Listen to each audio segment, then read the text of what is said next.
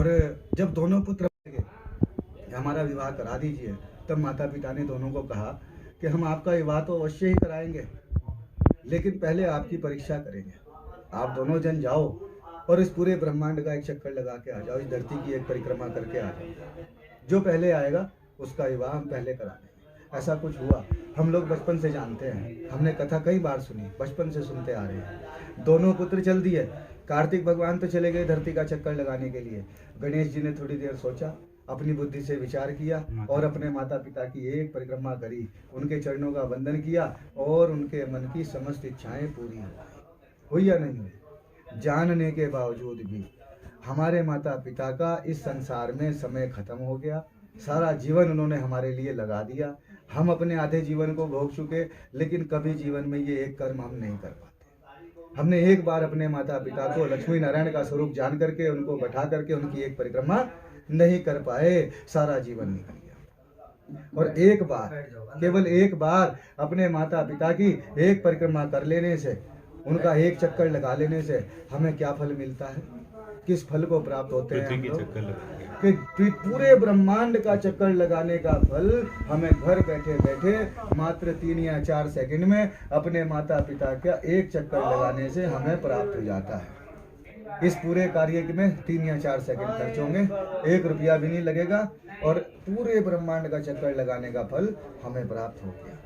और जब हम अपने माता पिता के चरणों का वंदन परमात्मा के समान जान करके करते हैं, तो उस समय हम किस फल को प्राप्त होंगे कि पूरे धरती के गोले के अंदर जितने भी तीर्थ हैं, जितनी भी पवित्र नदियां हैं, देवालय और शिवालय, 12 के 12 ज्योतिर्लिंग, चारों के चारों धाम, शक्तिपीठ, सिद्धपीठ, जितने पवित्र स्थान इस संसार के अंदर हैं, उन सब के पूजन का, दर्शन का, सेवन का, अर्चन का फल हमें घर बैठे बैठे केवल अपने माता पिता के चरणों का वंदन करने से प्राप्त हो जाता है। उसके लिए भी कोई 1 रुपया खर्च नहीं होता। एक बारी में एक ही तीर्थ करेंगे। अगर महाकालेश्वर मंदिर जाएंगे तो क्षिप्रा नदी में स्नान करने का ही फल मिलेगा, महाकाल के दर्शनों का फल मिलेगा, बद्रीनाथ जी के, केदारनाथ जी के दर्शन का फल नहीं मिल सकता। लेकिन माता पिता के चरणों का वंदन करने से 12 के 12 ज्योतिर्लिंगों के और जितने भी सिद्धपीठ इस संसार के अंदर है, उन सब की हाजिरी करने का फल हमें एक ही बारी में मिल जाता है।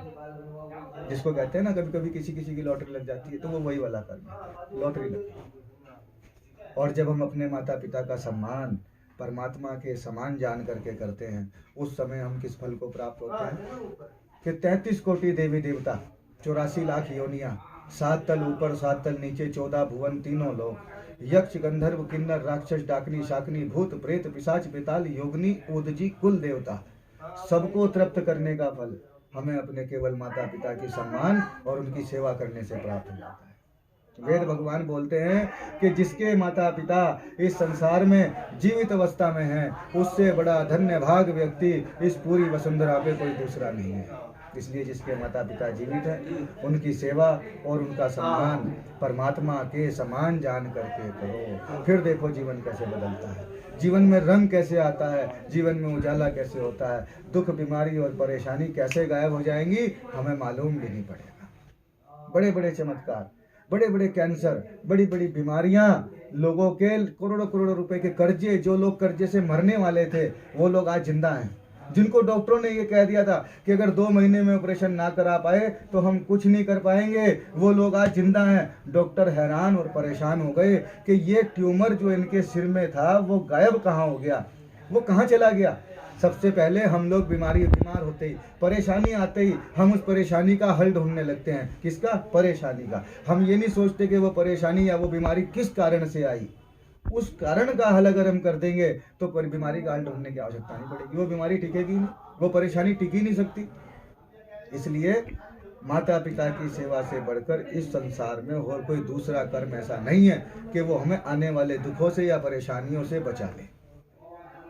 क्योंकि परमात्मा, हमने क्या किया, बचपन में छोटे से थे, माता पिता से मांगते थे, सब कुछ मिलता था। हर इच्छा और जरूरत की पूर्ति किसने करी? हमारे माता पिता ने। अपने सुख को मार करके हमारे लिए सुख इस संसार में किसने इकट्ठा किया? माता पिता ने। आज जो भी कुछ हमारे पास है वो किसका दिया हुआ है? माता पिता का, दादा दादी का, नाना नानी का, और किसी से कुछ नहीं मिला। और हमने क्या किया? हम उन लोगों को भूल गए। दादा दादी को रोज प्रणाम नहीं करते हम लोग, नाना नानी को रोज प्रणाम नहीं करते हम लोग, याद भी नहीं करते।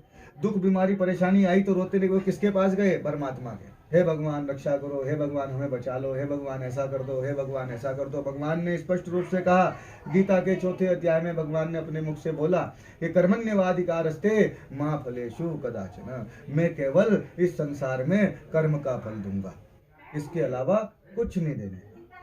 भगवान केवल हमारे कर्मों का फल देगा। उसने कहा, ना तो संसार में आज तक किसी को सुख मैंने दिया, ना संसार में मैं किसी के दुख का कारण बना। सुख या दुख रूपी किसी भी अवस्था को जब हम लोग प्राप्त करते हैं तो वो केवल और केवल हमारे द्वारा किए हुए शुभ अशुभ कर्मों के फल स्वरूप हमारे सामने उस पर उपस्थित होती है। भगवान का कोई लेना देना नहीं है हमारे सुख दुख से। वो कहते हैं आप जैसा कर्म करोगे वैसा फल आपको भोगना ही पड़ेगा। और जब कर्म का फल भोगने का समय आता है, आप विचार करना कि जब कर्म का, भगवान दया का सागर है, भगवान कुछ भी कर सकता है, लेकिन जब मनुष्य के कर्म का फल भोगने का समय आता है तो वो इतनी सी भी दया नहीं करता। किसी के ऊपर भी नहीं करी, राजा हरिश्चंद्र के ऊपर भी नहीं करी, इतनी सी दया किसी के ऊपर नहीं करता। आप देखो, अगर भगवान दया करता तो इतने से बच्चे का बाप कभी ना गुजर जाता। उसका कर्म है जो उसे भोगना पड़ेगा, बिना बाप के जिंदगी यहाँ पर गुजारनी पड़ेगी, वो कर्म है उसका। उस कर्म से बच सकते थे। कर्म की काट केवल कर्म के द्वारा हो सकती है। जैसे लोहा लोहे को काटता है, जैसे जहर जहर को मारता है, ऐसे कर्म को मारने के लिए हमें कोई ना कोई कर्म ही करना पड़ेगा। भाई अश्वमेध यज्ञ फलाने यज्ञ वो तो आज की तारीख में संभव नहीं है, वो तो बड़े महान कार्य ऐसे संभव नहीं है। उन सबको करने का फल कैसे मिल जाए बिना करे, वो केवल माता पिता की सेवा के द्वारा ही संभव है। और कोई रास्ता ऐसा नहीं है जो हमें इतना महान फल हमें मिल जाए। वो केवल अपने माता पिता की सेवा, उसमें 1 रुपया भी नहीं लगता। और आज की तारीख में, आज के समय में आप लोग देखते होंगे, आप जानते होंगे, सबसे ज्यादा अगर बेकदरी किसी चीज की है तो वो केवल और केवल माँ बाप। समझते ही नहीं बच्चे को। और ये कह दिया पैदा करने वाले को बाद में, आज तक कराई क्या मेरे लिए? सभी नहीं, बट पंडित जी महाराज ये तो नहीं है, कई अगर माता पिता से किसी को मिला उसको देखकर बच्चे भी करते हैं। अगर माता पिता करेंगे तो बच्चे भी उनकी सेवा करेंगे। जो हम जानते होंगे, आप अगर माता पिता को करेंगे तो फिर बच्चे भी नहीं करते। उन्होंने हमें केवल अपना कर्म करना है। आज आपके बच्चे जो आपको करते हुए देखेंगे, कल आप भी वही करेंगे, है ना? आप वो भी वही करेंगे, है ना? लेकिन जब अगर आपको पता ही नहीं होगा, दिखाएं। आप जब जानकारी नहीं रखते होंगे, बताओ हमें सब मालूम है, अभी आपने सबने कहा, हम जानते हैं ये इतनी परेशानियां आई, इतनी मुसीबतें देखी, अच्छा बुरा हर तरीके का समय अपने जीवन में देखा। बुराइयों के समय, परेशानियों के समय, मुसीबतों के समय किसको याद करना है? हमें संसार, अभी मैंने क्या बताया, ईश्वर को करता है वो भगवान कुछ नहीं देने का, कुछ नहीं करने का, एक दिन भी आगे वो हमें कहीं से नहीं बचा सकता। उसने तो साफ कहा कि बेटा कर्म का फल भोगना पड़ेगा, उसके बदले कर्म कर। मैं कर्म से बना हुआ हूँ, आप लोग कर्म करोगे, मुझे देना पड़ेगा, मुझे करना पड़ेगा, लेकिन केवल एक कर्म करो, उसके बदले मिलेगा जो भी मिलेगा। वो हमें याद किसको करना है? दादा दादी को याद करके देखना, कभी नाना नानी को याद करके देखना। आज तक भगवान से खूब मांगा, सब कहते हैं उसी का दिया हुआ है ना?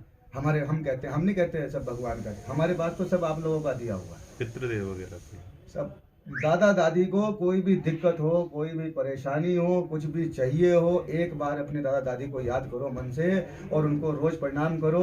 रात को सोने से पहले उनको याद करो, उनको प्रणाम करो। कोई भी दुख परेशानी बीमारी है उनको बोल दो और सो जाओ।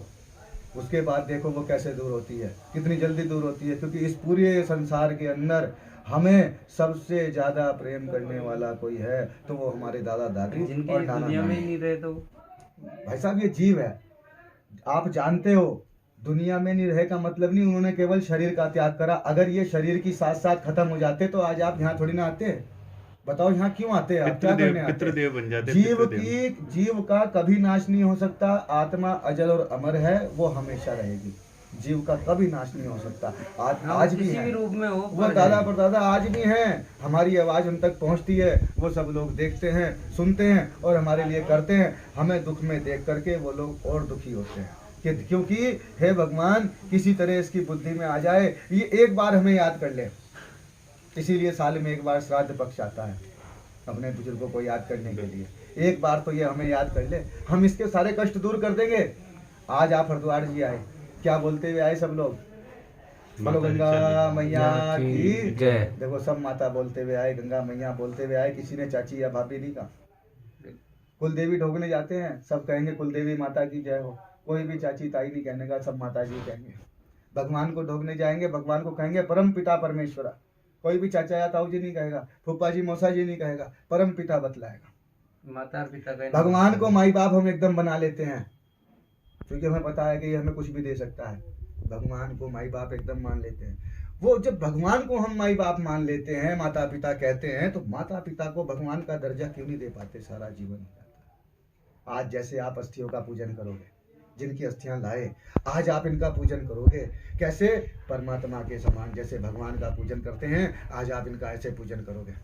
आज आप इनको दूध से स्नान कराओगे, गंगा जी के जल से स्नान कराओगे, चंदन का तिलक लगाओगे, नए नए वस्त्र इनको बनाओगे और इनके विधि विधान से इनका पूजन करके आज आप इनका विसर्जन कर दोगे। आज वो कर्म करोगे आप, हैं? जैसे आज यहाँ इनका सम्मान करोगे, ये अंत में करना ही है, ये हमें करना ही है। अंत में, अंत समय में ये कार्य करना ही करना है। तो ये हम जीते जी क्यों नहीं सम्मान दे सकते उनको भाई? हैं? आप माता पिता जीवित हैं, एक अच्छे दिन, जन्मदिन के दिन, अच्छे दिन, दीपावली के दिन, किसी त्योहार के दिन, जब आप सब लोग भगवान का पूजन कर रहे हैं, अपने माता पिता को ऊंचे आसन पर बैठा करके, उनके पाँव को पगार करके, नए नए वस्त्र उनको पहना करके, रुचिकर भोजन अपने हाथ से करा करके, जब सारा परिवार 2-4 परिक्रमा उनकी लेगा, तो उस सम्मान को प्राप्त करने के बाद आपके माता पिता की आत्मा से जो आशीर्वाद आपके लिए निकलेगा, उसको काटने की ताकत ब्रह्मा के पास भी नहीं है। जीवन की असली कमाई वही है जो हम कभी पूरे जीवन कर ही नहीं पाते। असली कमाई वही है। उस एक पल में जब उन्होंने आपको आत्मा से आशीर्वाद दिया, उस एक पल में आपके जीवन का हर महान दुख खत्म हो गया। आप बड़े से बड़ी परेशानी से बच गए, बड़ी से बड़ी बीमारी आपके शरीर से गायब हो गई। उस कर्म का फल ये है। चमत्कार सामने दिखाई देगा, होते हुए दिखेंगे चमत्कार। ये क्या हुआ, कैसे हुआ, पता ही नहीं चलेगा। इसलिए माता पिता की सेवा जीते जी परमात्मा के समान जान करके करनी, फिर देखो जीवन का आनंद किसको कहते हैं। ये जीवन ऐसे ही निकल जाता है। नहीं तो अब माता आज पिताजी को लिया है, अगर माता जी हैं भी तो कितने साल रहेंगे? 20 साल, 30 साल, 40 साल, 50 साल। जब तक वो रहें, इस प्रकार से रहें, आप ऐसे उनकी सेवा करें कि दूसरा जो भी कोई रिश्तेदार, आसपास का, पड़ोस का व्यक्ति, अगर कोई आपको गांव नगर का व्यक्ति देखे तो वो अपने सिर को पकड़ करके ऐसा कहे कि हे परमात्मा, मेरे घर भी ऐसी औलाद पैदा कर दे। आपका जीवन धन्य हो। कोई भी दुख हो, बीमारी हो, किसी भी प्रकार की कोई समस्या हो, माता पिता के चरणों को धो और उसका जल पी लो। चरणों को धोए हुए जल को क्या बोलते हैं? चरणामृत। क्यों कहते हैं उसको चरणामृत? क्योंकि अगर आपके मन के भाव शुद्ध हैं तो उस जल में अमृत का तत्व आ जाएगा। 28 साल के लड़के को ट्यूमर था, ऐसे ही मैं बात बतला रहा था यजमानों को, उसके पिता यहाँ बैठे हुए थे, तो वो रोने लग गए। मेरा बेटा बीमार है जी, डॉक्टरों ने 2 महीने का समय दे रखा है और ये ससुरा जी गुजर गए तो मुझे आना पड़ा हरिद्वार इनके साथ। हमने कहा आप बच्चे से मेरी बात कराओ, पति पत्नी से, दोनों से। उन्होंने फोन पे बात कराई, हमने उनको समझाया, अपने माता पिता की सेवा परमात्मा के समान जान करके करो, भाव से। उसको रुपया पैसा तो खर्च होता नहीं तो लगेगा क्या? जब रुपया पैसा नहीं लगता तो क्या लगेगा? भाव से आप उनकी सेवा करो। मन में लक्ष्मी नारायण का स्वरूप जान करके दिन में 3 बार इनके चरणों को धो और उस जल को पी लो। उसने ऐसा ही किया। 2 महीने का समय डॉक्टरों ने दिया था, 1.5 महीने के बाद 15 दिन बाद ही उसके वो जो परेशानियां थी वो सब दूर हो गई और 6 महीने बाद वो लड़का दोबारा जयपुर में जाके टेस्ट करा के आया तो डॉक्टरों ने कहा आप एकदम स्वस्थ हो, आपको कोई भी बीमारी नहीं है। पुरानी रिपोर्ट दिखाई, देखो आप ही के हॉस्पिटल की रिपोर्ट है, आपने ट्यूमर बतलाया था। दोबारा रिपोर्ट देख के डॉक्टर बोला कि 1 बार टेस्ट और करूंगा, उसका कोई पैसा नहीं लूंगा, अपनी तरफ से करूंगा, सिर्फ ये देखने के लिए कि ये कैसे गायब हो गया, ये बीमारी चली कैसी गई, बिना ऑपरेशन के ठीक ही नहीं हो सकती थी। तब उन्होंने दोबारा चेक किया तो उसको कोई भी ट्यूमर नहीं था। वही काम हुआ ना, जैसे रोशनी का बटन दबा तो अंधेरा ऐसे गायब हो गया। वो कर्म ऐसा था कि वो कर्म उनको उस परेशानी से बचा के ले गया। भाई मरना सबने है, मृत्यु को कोई नहीं जीत पाया, कोई नहीं रोक सकता, लेकिन मरते कैसे हैं वो ज्यादा महत्वपूर्ण है। हमने जीवन में क्या किया वो ज्यादा महत्वपूर्ण है। जाना तो सब नहीं है, सब चले जाएंगे अपना अपना समय आने पर। इसलिए माता पिता की सेवा और उनका सम्मान परमात्मा के समान जान करके, यही जीवन का रहस्य है, इसके अलावा और कुछ नहीं है। भगवान की पूजा करने के लिए किसी ने मना नहीं किया। आज तक खूब पूजा की हमने, करते ही आ रहे हैं। है नहीं। लेकिन भगवान के तरह कभी माता पिता का भी पूजन करके देखो, क्योंकि वो अंत समय में करना ही है हमें, है? भगवान के वचन के लिए भगवान ने सब कुछ त्याग दिया। रामचंद्र जी ने क्या बताया आगे, माता पिता के वचन के आगे किसी चीज का कोई मोल नहीं है। आज सबसे पहले बच्चे माता पिता के वचन को ही काट देते हैं। नहीं नहीं, हमें तो ये करना ही है, सबसे पहले वही करते हैं। है ना। तो इस बात को हमें ध्यान में रखना है। अपने माता पिता की सेवा परमात्मा के समान जान करके करनी है। जीवन में कभी परेशानी का सामना नहीं करना पड़ेगा। कोई भी दुख बीमारी हो, अपने दादा परदादा को बोल दो, नाना नानी को बोल दो, और देखो वो कैसे खत्म होगी, आपको कैसे मिलेगा। कुछ भी चीज चाहिए, दादाजी को एक बार बोल के देखो, वो कैसे उस चीज की पूर्ति करते हैं। आपको तो मालूम भी नहीं पड़ेगा ये क्या हो गया। हर प्रकार से आपका कार्य बनना शुरू हो जाएगा। बोलो श्री गंगा मैया की जय। आज हम जाकर के अस्थियों का पूजन करेंगे, वहां पर विसर्जन करेंगे। सबसे पहले एक बात का आपने ध्यान रखना है कि घाट पर जब आप पूजा विधि करने के लिए जाएंगे तो किसी के भी हाथ का दिया हुआ कोई भी प्रसाद वगैरह लेकर के आप लोगों ने नहीं खाना। कोई भी किसी के हाथ का दिया हुआ प्रसाद वगैरह, अच्छा जो बांटते हैं, हाँ किसी कोई को भी आ बांट- जाते हैं, भाई गंगा जी का प्रसाद है, भाई ले लो, खा लो, आप लोग ले लो। किसी के हाथ का दिया हुआ कुछ नहीं खाना। गंगा जी के घाट पर किसी को कोई रसीद पर्ची नहीं कटानी, कोई रुपया पैसा गंगा जी में नहीं फेंकना। किसी को और भिखारी को मांगने वाले को आज किसी को अपने हाथ से कुछ नहीं देना, क्योंकि अभी 12 दिन हुए नहीं है पूरे, शुद्धि नहीं हुई है। हम किसी और को अपने हाथ से कुछ नहीं दान कर सकते। दान का कर नहीं है आज कार्य। आज कार्य काहे का है? कर्म का। आज हम धर्म करने नहीं आए, आज हम यहाँ पर कर्म करने आए हैं।